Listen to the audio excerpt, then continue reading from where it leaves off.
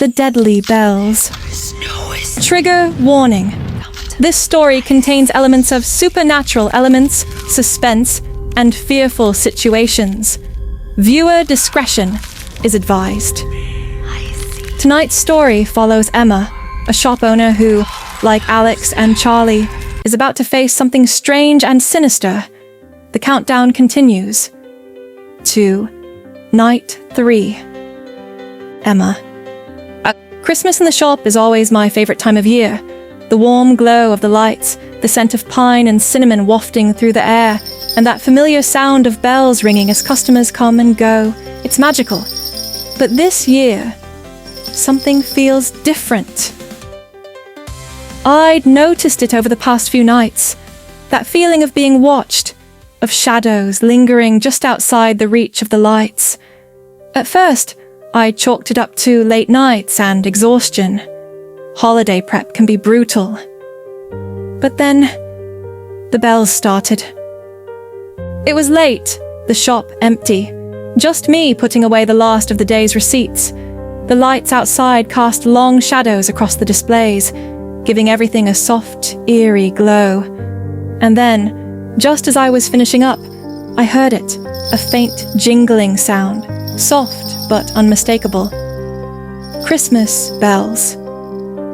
I looked around, but there was no one there. Just rows of shelves filled with ornaments and decorations, quiet and still.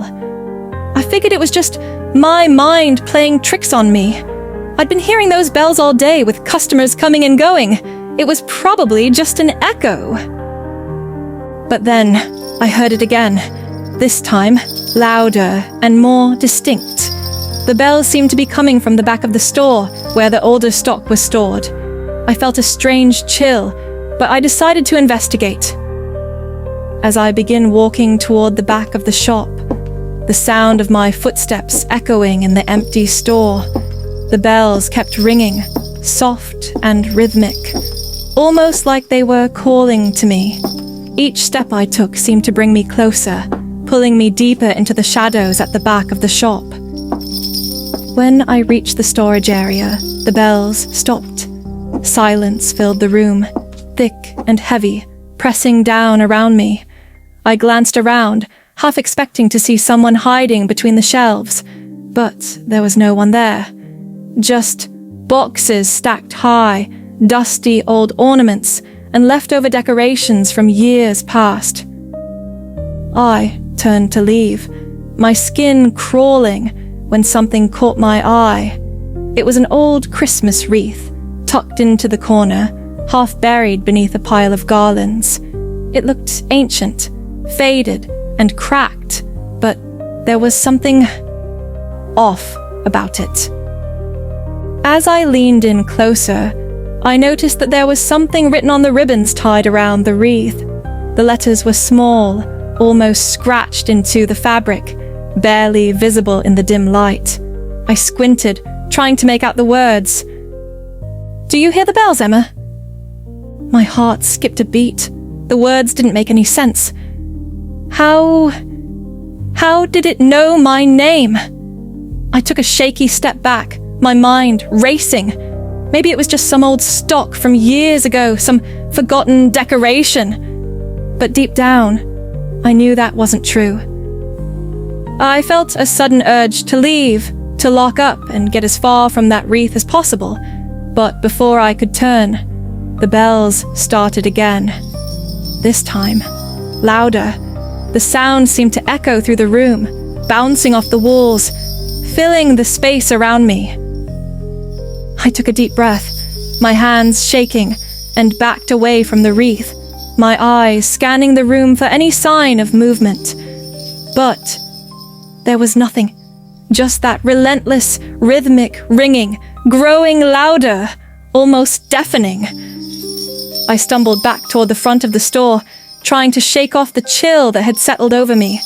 But as I moved, the bells followed, like they were guiding me, pulling me towards something. I felt like I was trapped in some twisted game, and I didn't know the rules. Then, just as suddenly as they'd started, the bells stopped. The silence returned, thick and suffocating.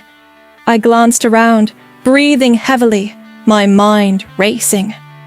I needed to get out, to lock up, and leave this place behind for the night.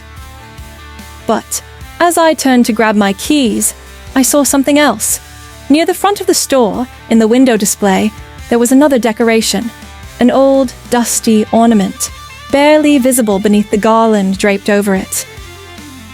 I hadn't noticed it before, but now, it felt like it was calling to me. I approached slowly, my heart pounding, and brushed the garland aside. The ornament was cracked and faded, and as I turned it over, I saw more writing, scratched into the glass. Night 3. My hand started to shake as I read the words, a sinking feeling settling in the pit of my stomach. Night 3! Was this some kind of countdown? What was going to happen next? And what was leaving these messages?